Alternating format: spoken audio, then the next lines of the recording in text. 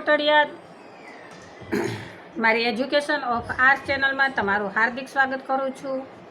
આજે આપણે અભ્યાસ કરીશું મનોવિજ્ઞાન વિષયનો 6થું ચેપ્ટર સ્મરણ અને વિસ્મરણ। તેમાં એક બાદ એક મુદ્દાઓની ચર્ચા કરતાં આજે આપણે સ્મરણની પ્રક્રિયા વિશે માહિતી પૂર્ણ કરી, જેમાં આપણે જોયું હતું કે સ્મરણનો અર્થ, તેમના તબક્કા, જેમાં આપણે જોયું હતું સંકેતાંકન, સંગ્રહ અને પુનઃપ્રાપ્તિ। ત્યારબાદ સ્મૃતિના પ્રકારો, જેમાં 3 પ્રકારો છે: સાંવેદનિક સ્મૃતિ, ટૂંકા ગાળાની સ્મૃતિ અને લાંબા ગાળાની સ્મૃતિ। ત્યારબાદ લાંબા ગાળાની અને ટૂંકા ગાળાની સ્મૃતિ વચ્ચેનો તફાવત જોયો। આજે આપણે અભ્યાસ કરવાના છીએ તે છે વિસ્મરણનો અર્થ અને તેના નિર્ધારકો।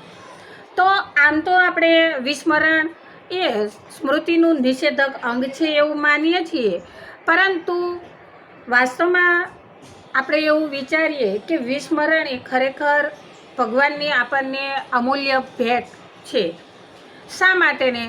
તો જોઈએ કે જો વિસ્મરણ એટલે કે આપણે કોઈ બાબતને ભૂલી ન શકતા હોત તો આપણું જીવન છે એ ખૂબ જ દુઃખમય હોત। કારણ કે આપણા જીવનમાં જે કોઈ દુઃખદ કે અણગમતા બનાવો, ઘટનાઓ બનતી હોય છે, એમને જો આપણે રોજબરોજ યાદ કરી તો આપણું જીવન છે એ દુઃખદ બની જતું હોત। એટલે કે વિસ્મરણ છે એ ઈશ્વરની આપણને મળેલી અમૂલ્ય ભેટ ગણી શકાય। વિસ્મરણ સ્મૃતિનું નિષેધક અંગ છે। ગોલ્ડાર્ડ વિસ્મરણને એક નિષેધક સ્મૃતિ તરીકે પણ ઓળખાવે છે। જ્યારે પણ આપણે કોઈ માહિતી શીખ્યા હોઈએ અને પછી જ્યારે તે માહિતીનું પુનરાવહન કરીએ તો તે પૂર્ણ સ્વરૂપમાં ન થાય ત્યારે તે પ્રક્રિયાને વિસ્મરણ કહેવાય। એટલે કે જે બાબત આપણે શીખી ગયા છીએ અને ફરીથી આપણે એ જ બાબતને યાદ કરીએ છીએ અને એના એ જ સ્વરૂપમાં જ્યારે આપણને યાદ નથી આવતી ત્યારે તેને આપણે વિસ્મરણ તરીકે ઓળખીએ છીએ।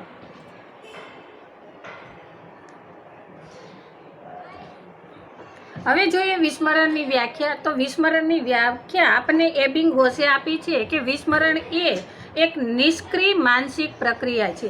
જો અહીંયા જે મનોવૈજ્ઞાનિકોએ વ્યાખ્યા આપી છે તે વ્યાખ્યાઓ સંપૂર્ણ વિરોધાભાસવાળી છે। એક વૈજ્ઞાનિક એવું કહે છે કે તે સંપૂર્ણ નિષ્ક્રિય માનસિક પ્રક્રિયા છે। નિષ્ક્રિય માનસિક પ્રક્રિયા એટલે શું? તો કે એમને યાદ કરવા માટેના કોઈ સક્રિય પ્રયાસો કરવામાં આવતા જ નથી તેવી પ્રક્રિયા। જ્યારે બીજા મનોવૈજ્ઞાનિકો જે છે મિલ્ટન, મુલર, જેનકિન્સ, ડેલન, બેક એ જણાવે છે કે વિસ્મરણ એ એક નિષ્ક્રિય માનસિક પ્રક્રિયા નથી, પરંતુ એક સક્રિય માનસિક પ્રક્રિયા છે। એટલે કે આપણા જીવનની ઘણી બધી એવી પ્રવૃત્તિઓ છે, બનાવો છે, ઘટનાઓ છે કે જેને આપણે સક્રિયતાપૂર્વક ભૂલવા માટેના પ્રયત્નો કરીએ છીએ। એટલે કે સક્રિય રીતે જ્યારે ભૂલવા માટેના પ્રયત્નો કરતા હોઈએ, દુઃખદ બનાવો, ઘટનાઓ જે હોય છે એમને ભૂલવા માટેના સક્રિય પ્રયાસો કરીએ છીએ, તો આ બાબત જે છે તે આ વૈજ્ઞાનિકોની વ્યાખ્યા સાથે સહમતિ દર્શાવે છે। ત્યારબાદ આવે છે વિસ્મરણના નિર્ધારકો। તો વિસ્મરણના નિર્ધારકોમાં જોઈએ કે વિસ્મરણનો દર ખૂબ જ ઝડપી છે। 20 મિનિટમાં કેવળ 58% યાદ રહે છે અને 1 કલાકમાં માત્ર 44% યાદ રહે છે। 1 દિવસમાં 34% યાદ રહે છે અને 6 દિવસ બાદ 25% અને 31મા દિવસે માત્ર 21% જ યાદ રહે છે। આમ આપણે જે કંઈ માહિતી શીખ્યા હોઈએ એ સંપૂર્ણ રીતે ભૂલી જતા નથી। હવે આમનું તમને એક બેસ્ટ ઉદાહરણ આપું કે કોઈ પણ આપણે મોટિવેટરને સાંભળ્યા હોઈએ ત્યારે ખૂબ ઉત્સાહમાં આવી જઈએ કે મારે આ રીતનું જીવન જીવવું છે, આમ કરવું છે, તેમ કરવું છે। જ્યાં સુધી આપણે એમને સાંભળીએ છીએ ત્યારે આપણે 100% એમની વાત સાથે સહમત હોઈએ છીએ। જેવા હોલમાંથી બહાર આવીએ છીએ કે એમની વાતમાંથી આપણે 80% જ યાદ રાખીએ છીએ, 20% લેટ ગો કરીએ છીએ, પરિસ્થિતિ સાથે સમાયોજન સાધી લેવાના હોય એ રીતની વાત કરીએ છીએ। ઘર સુધી પહોંચતા તો આપણે વધારાનું બીજું પણ 10% અસહમતિ દર્શાવી દઈએ, માત્ર 70% તેમની સાથે સહમત રહીએ છીએ। કોઈ બીજી ત્રીજી પ્રવૃત્તિ કરીએ અથવા કોઈ વ્યક્તિ આપણી ઘરે આવે છે ને તેમની સાથે આ મોટિવેટરની વાત કરીએ છીએ ત્યારે આપણે એમાંથી 60% જ જાણે કે એમની વાત સાથે સહમત હોય તે રીતની વાત કરીએ છીએ અને 40% જાણે કે આપણી એમની વાત સાથે સહમતી નથી તેવું દર્શાવીએ છીએ. અને એકાદ 2 દિવસ જશે ત્યાં તો આપણે એમાંથી 40% માટે જ સહમતિ દર્શાવીશું અને બાકીનું લેટ ગો કરતા થઈ જશું. અને એકાદ 2 મહિના જશે ત્યાં તો જાણે કે આપણે એમની વાત સાંભળી પણ નથી એવું આપણું વર્તન વ્યવહાર જોવા મળશે. એટલે કે કોઈ પણ બાબતની અસર છે એ આપણા ઉપર કેટલો સમય રહે છે તો આ વાત વિસ્મરણને પણ એ જ લાગુ પડે છે. વિસ્મરણ માટે અનેક કારણો જવાબદાર છે. તેમાં સંકેતાકરની નિષ્ફળતા, દ્રઢીકરણની નિષ્ફળતા, ક્ષય, અવરોધ, પ્રેરિત વિસ્મરણ અને પુનઃપ્રાપ્તિની નિષ્ફળતા એ મુખ્ય છે. તો એમાંથી આપણે સંકેતાકરની નિષ્ફળતા જોઈએ તો રોજબરોજના જીવનમાં આપણે અસંખ્ય બાબતોના સંપર્કમાં આવીએ છીએ. રોજ તમે ઘરેથી નીકળો છો, સ્કૂલ પર જાઓ છો, ત્યાં સુધીમાં ઘણી બધી દુકાનો છે, શોપિંગ મોલ છે, ઘણું બધું તમારી નજર સમક્ષ આવતું હોય છે, રોજ આવતું હોય છે. છતાં પણ એમને લઈને કોઈ પ્રશ્ન તમને પૂછવામાં આવે તો તમને યાદ આવતું નથી. પરફેક્ટ તમે એમના વિશેનો આન્સર આપી શકતા નથી. કેમ ભાઈ? તમે રોજ જુઓ છો છતાં પણ, કારણ કે તમે એમનું બરાબર સંકેતાકન થયું હોતું નથી.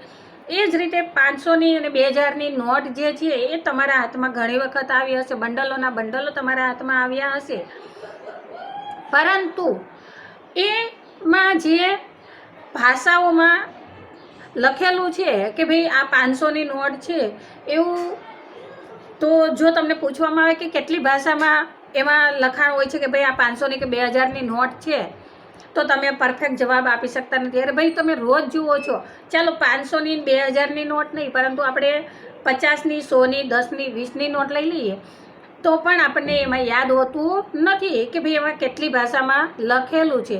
તરત જ આપણે નોટ ખોલી અને જોવા બેસવું પડે છે. તો આ રીતે સંકેતાકરની નિષ્ફળતાને કારણે જે તે બાબત છે એ આપણને પૂરેપૂરી યાદ હોતી નથી. તો આમ આપણે થોડી ઘણી બાબતોનું જે સંકેતાકન થતું હોય છે તે આપણે જોઈએ છીએ, યાદ રાખીએ છીએ, પરંતુ સંપૂર્ણ આપણે તેમનું સંકેતાકન કરતા નથી એટલે આપણને તેના વિશે સંપૂર્ણ માહિતી મળતી નથી. હજારો વખત જોયેલી વસ્તુ પણ સહેલાઈથી યાદ કરી શકાતી નથી અને આ માટે આપણા માનસપટ ઉપર પડતી જે સંકેતાંકનની પૂરતી નિષ્ફળતા જવાબદાર છે એવું આપણે ગણાવી શકીએ. અમેરિકન મનોવૈજ્ઞાનિક નિક્સન અને એડમ્સે 1979માં આ અંગે એક સુંદર પ્રયોગ કર્યો હતો. તેમણે મોટી સંખ્યામાં પ્રયોગપાત્રોને પેની નામનું એમનું જે નાણું છે એ દોરવાનું કહ્યું હતું. જે રીતના આપણે એક રૂપિયાનો સિક્કો જો તમને દોરવા માટેનું કહેવામાં આવે તો તમે આબેહૂબ સંપૂર્ણપણે સાચું તેમનું ચિત્ર દોરી શકો નહીં. અને કદાચ તમારું ચિત્ર અને સાચું ચિત્ર બંને બાજુમાં મૂકવામાં આવે તો પણ તમે એમાંથી કઈ ભૂલ છે એ બરાબર દર્શાવી શકો નહીં અથવા કયું સાચું ચિત્ર છે એ પણ તમે ઓળખી શકો નહીં. તો આવી ભૂલો થવા પાછળનું કારણ જે છે એમાં રહેલી આપણી સંકેતાકરની નિષ્ફળતા જ છે. ત્યારબાદ આવે છે બીજો મુદ્દો, એ છે સંગ્રહની નિષ્ફળતા. હવે સંગ્રહની નિષ્ફળતા તો કે શીખેલી માહિતીનું સંગ્રહીકરણ એટલે કે દ્રઢીકરણ થવું એ એક એવી પ્રક્રિયા છે કે જેના દ્વારા કાયમી સ્મૃતિની રચના થાય છે. જ્યારે આ પ્રક્રિયામાં કોઈ વિક્ષેપ પડે છે ત્યારે મોટા ભાગે કાયમી સ્મૃતિની રચના થતી નથી. હવે આપણે જાણીએ છીએ કે કોઈ પણ નવી બાબત કે માહિતી શીખવામાં જો સંવેદનની અસરકારકતા ના હોય તો તે માહિતી પૂરતા પ્રમાણમાં આપણા માનસપટ પર સંગ્રહિત થતી નથી, જેના કારણે આપણને જ્યારે માહિતીની જરૂર પડે છે ત્યારે પૂર્ણ સ્વરૂપમાં કે યથોચિત સ્વરૂપમાં યાદ આવી શકતી નથી. આ જે બાબત છે એમની પાછળ તો કે આપણે જે માહિતી સંગ્રહિત કરવી છે એ માહિતી સાથે આપણી સંવેદના પણ જોડાયેલી હોવી જોઈએ તો જ એમનું સંપૂર્ણપણે આપણે સંગ્રહીકરણ કરી શકીએ છીએ, અન્યથા આપણે એ સંગ્રહીકરણ કરી શકતા નથી. હવે ઘણી વખત તમે પિક્ચર જોતા હશો, એમાં યાદ હોય છે કે નાની મોટી ઈજા થવાને કારણે એમની યાદશક્તિ જતી રહે. ફરીથી પાછું તેના તે જ પ્રકારનું એમની સમક્ષ દ્રશ્ય બતાવવામાં આવે અને એમને એકદમથી ઝાટકો લાગે અને તરત જ વ્યક્તિ છે એમને બધું એમનું ભૂતકાળનું યાદ આવવા લાગે છે, એવું તમે ઘણી વખત જોયું હશે. તો એ એમની પાછળનું તો કે એમની જે સંગ્રહ શક્તિ છે તે જવાબદાર છે. જ્યારે આપણે માહિતીની જરૂર હોય ત્યારે પૂર્ણ સ્વરૂપમાં યથોચિત સ્વરૂપમાં આપણે યાદ આવતી નથી, તે માહિતીને આપણે યાદ કરી શકીએ છીએ. એનો પાછળનું કારણ તો કે જ્યારે આપણે જોઈએ છીએ ત્યારે આપણે યાદ નથી કરી શકતા, તો એ સંગ્રહની નિષ્ફળતા છે. અકસ્માત થયો હોય કે કોઈ ગંભીર પ્રકારની ઈજા થઈ હોય કે તીવ્ર ડિપ્રેશન માટે વિદ્યુત આંચકા ઉપચારની સારવાર લેવામાં આવી હોય, તેવા કિસ્સામાં વ્યક્તિ પોતાની સભાનતા ગુમાવતી હોય છે અને તેના લીધે તેના મસ્તિષ્કના પૂરતા પ્રમાણમાં માહિતીનો સંગ્રહ થતો નથી. આમ માહિતીના સંગ્રહીકરણની નિષ્ફળતાને કારણે પણ ઘણીવાર સ્મૃતિ પૂરતા કે કાયમી પ્રમાણમાં રહેતી નથી.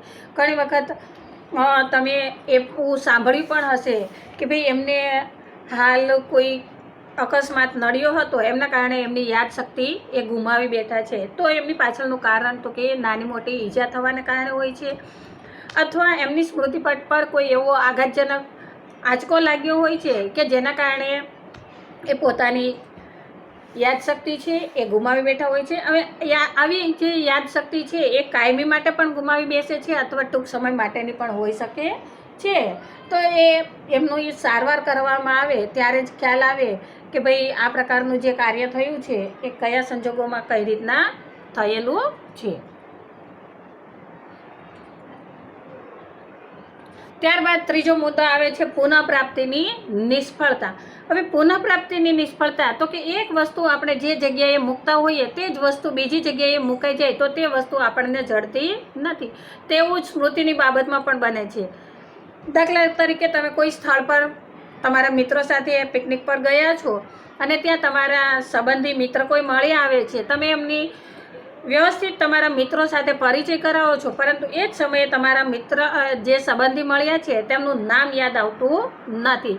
એવું બને કે જાણે હૈયે છે પણ હોઠે ના હોય.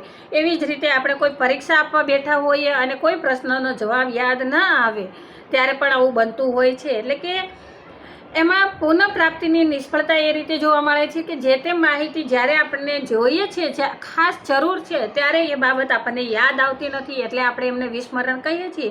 પરંતુ જેવું એમના માટેનો કોઈ સંકેત મળે તો તરત જ આપણને પૂરેપૂરી માહિતી યાદ આવી જતી હોય છે. તો આમ પુનઃપ્રાપ્તિની નિષ્ફળતામાં જે તે સંકેતાકન મળવું ખાસ જરૂરી છે તો જ તેમનું સ્મરણ થાય છે, અન્યથા એ બાબત ભૂલાઈ જાય છે. ઘણી વખત આપણે એમને કહીએ છીએ પોપટિયું જ્ઞાન, કે એમનો પહેલો અક્ષર જો એમને કહી દેવામાં આવે તો એ આખા પ્રશ્નનો જવાબ બોલી જાય, પરંતુ બોલતા બોલતા જો ક્યાંય અટકી ગયો તો એમને ફરીથી એ યાદ આવતું હોતું નથી. ઘણી વખત તમારી સાથે પણ એવું બનતું હોય છે કે તમે પરીક્ષામાં જે તે પ્રશ્ન પૂછાયો છે એમને યાદ કરવા ઘણી કોશિશ કરો છતાં યાદ નથી આવતું. પરંતુ જેવું તમે પેપર આપીને પરીક્ષા ખંડની બહાર નીકળો છો અને તમારા મિત્રને કહો છો કે મને આ પ્રશ્ન આવડતો હતો, કમ્પ્લીટ પરફેક્ટ આવડતો હતો, પણ એ સમયે મને એમના મુદ્દાઓ કે એ પ્રશ્ન યાદ આવ્યો જ નહીં, અને તરત જ તમને ઝબકારો થાય છે. તમારો મિત્ર એમ કહે છે કે આ તો પ્રશ્ન ઓહો હા એ તો મને યાદ જ હતો, કમ્પ્લીટ મને પરફેક્ટ આવડતો હતો, પણ જે તે સમયે તમને યાદ ના આવ્યો. તો એ છે પુનઃપ્રાપ્તિની નિષ્ફળતા. હવે એન્ડ્રેલ ટુલવિંગ 1974 નામના અભ્યાસીએ એવો દાવો કર્યો છે કે આપણે જેને વિસ્મરણ કહીએ છીએ તે તો મોટે ભાગે આપણને જેનું પુનરાવહન કરવું છે તે માહિતી ક્યાં છે તે શોધવાની અશક્તિ જ હોય છે. જો કે આ માહિતી લાંબા ગાળાની સ્મૃતિમાં જ પડેલી હોય છે, પરંતુ તેની આપણે પુનઃપ્રાપ્તિ થતી નથી. એટલે કે કોઈ પણ બાબત તમે રોજે માનો કે જે તે બાબત છે, આવીને ચાલો બહારથી આવો છો અને ઘરની ચાવી તમારી જે બાઇકની ચાવી છે તો તમારો બેલ્ટ છે એ વ્યવસ્થિત એક જગ્યા પર મૂકો છો, પરંતુ કોઈ સંજોગોમાં તમે જે તે સમયે આવ્યા ત્યારે ઉતાવળમાં હતા કે આમ તેમ મુકાઈ ગયો તમારાથી, અને પછી બીજે દિવસે જવા ટાઈમે તમે ચાવી બેલ્ટ ગોતો છો અને એ મળતો નથી. શા માટે ને? તો કે રોજની તમારી આદત છે એ જગ્યા પર જ તમે ગોતો છો, એમની બીજી જગ્યા પર તમે ગોતવાની પ્રયાસ કરતો નથી, એટલા માટે એ વસ્તુ તમને મળતી નથી. તો આ છે પુનઃપ્રાપ્તિની નિષ્ફળતા. તો એટલા માટે પણ તમે ભૂલી જાઓ છો, એવું પણ બને. ટુલવિંગે તેના પ્રયોગોમાં જણાવ્યું છે કે જે વિગતો પ્રયોગપાત્રો ભૂલી ગયા છે તે વિગતોના સંકેતો પૂરા પાડવામાં આવે તો તેમાંથી ઘણી બધી બાબતો તે યાદ કરી શકે છે. દાખલા તરીકે અમુક પ્રકારની ગંધ એ ભૂતકાળના અનુભવને યાદ કરવામાં કે માહિતીને યાદ કરવામાં આપણને ઉપયોગી બનતી હોય છે. ટૂંકમાં પૂર્વની કોઈ ઘટના સાથે પૂર્વ સંદર્ભ જોડાયેલો હોય તો તે ઘટના આપણને પુનઃપ્રાપ્ત થાય છે. હમણાં જ મેં તમને કીધું હતું તેમ કે ભાઈ અકસ્માત થયો હોય અને એમની યાદશક્તિ જતી રહી હોય અને એનું એ જ પ્રકારના અકસ્માતનું દ્રશ્ય એ જોવે છે અને એમની યાદશક્તિ પરત આવતી હોય એવા દ્રશ્યો તમે પિક્ચરમાં પણ જોયા હશે અથવા કોઈ સગા સંબંધી મિત્રો પાસેથી તમે સાંભળ્યું પણ હશે કે ભાઈ એ પેલી વ્યક્તિ છે એમનો અકસ્માત થયો હતો અને એમની યાદશક્તિ જતી રહી હતી અને એમને બીજાનો અકસ્માત અચાનક આવી રીતના બહાર જતા હતા અને જોયું અને એમની યાદશક્તિ પરત આવી ગઈ. તો એ આ રીતની પણ હોઈ શકે છે. એટલે કે કોઈ પણ બાબતને લાંબા ગાળાની સ્મૃતિમાં પડેલી છે, ક્યાં પડી છે એ પરફેક્ટ ખબર નથી, પરંતુ એમના માટેના જો સંકેતો પૂરા પાડવામાં આવે તો તેમને સંપૂર્ણ માહિતી આપોઆપ યાદ આવી જતી હોય છે. તો મિત્રો, આજના લેક્ચરમાં આપણે જોયું કે વિસ્મરણની અર્થ, એમની વ્યાખ્યા, એમના નિર્ધારકો, જેમાં સંકેતાકરની નિષ્ફળતા, જેમાં આપણે જોયું કે ભાઈ રોજબરોજ આપણા હાથમાં અસંખ્ય બાબતો આવતી હોય છે, આપણી નજર સમક્ષ અસંખ્ય બાબતો આવતી હોય છે, પરંતુ તેમનું સંકેતાકન ન થવાથી તેના વિશેની સંપૂર્ણ માહિતી આપણે આપી શકતા નથી. જેમાં આપણે 500, 2000ની નોટ પર કેટલી ભાષામાં લખાણ લખેલું છે એ આપણને ખબર હોતી નથી, કે 17 ભાષામાં એમાં લખાણ હોય છે, 15 ભાષા સિરિયલમાં બતાવેલી છે, ઇંગ્લિશમાં અલગથી અને હિન્દીમાં તમને અલગથી. આ રીતના 17 ભાષામાં તમને 500, 2000 કે 50ની કે જે તમે રોજબરોજની તમારા હાથમાં નોટ આવતી હોય છે તેમનું બરાબર સંકેતાકન ન થવાને કારણે કેટલી ભાષામાં એમાં લખેલું હોય છે એમનો આપણે ખ્યાલ આવતો નથી. બીજું છે સંગ્રહની નિષ્ફળતા. તો એમાં આપણે જોઈએ છીએ કે જે તે બાબત છે એની સાથે આપણી સંવેદના જોડાયેલી હોય છે. જો જે તે બાબત શીખીએ છીએ ત્યારે આપણે સંવેદનાથી ન શીખીએ તો એમાં સંગ્રહ પૂરેપૂરી ના થયેલું હોય તો પણ આપણે એમને યાદ કરી શકતા નથી. તો આવું પણ બની શકે છે. અથવા ડિપ્રેશનમાં હોઈએ, અકસ્માત થયો હોય તો પણ જે તે માહિતી છે એ યાદ આવતી નથી. અને ત્રીજો મુદ્દો આપણે જોયો પુનઃપ્રાપ્તિની નિષ્ફળતા. તો તેમાં આપણે જોયું કે જે તે બાબત આપણે રોજના જીવનમાં કોઈ પરફેક્ટ એક જ જગ્યા પર મૂકતા હોઈએ અને એ જગ્યાને બદલે કોઈ અન્ય જગ્યા પર મુકાઈ જાય તો આપણને જે તે બાબત યાદ આવતી નથી. આપણે કહીએ છીએ જેને કે ભાઈ હૈયે છે પણ હોઠે નથી. આખો પ્રશ્ન આવડે છે પણ પહેલો જ શબ્દ ભૂલાઈ ગયો. જો એ પહેલો શબ્દ કોઈ યાદ કરાવી દે તો પોપટિયા જ્ઞાનની જેમ આપણે આખા પ્રશ્નના જવાબ આપી દેતા હોઈએ છીએ. તો એના જેવી બાબત છે. ત્યારબાદ નવો ટોપિક આવે છે સ્મૃતિનો અવરોધ, જેની ચર્ચા આપણે નેક્સ્ટ ટાઈમ કરીશું. ત્યાં સુધી જો આ વિડીયો તમને પસંદ આવ્યો હોય તો તમે લાઈક કરજો, અન્ય મિત્રોને શેર કરજો અને મારા નવા વિડીયો મેળવવા માટે મારી ચેનલને જો સબસ્ક્રાઈબ ના કરી હોય તો સબસ્ક્રાઈબ કરજો. આ વિડીયો જોવા બદલ આપનો ખૂબ ખૂબ આભાર.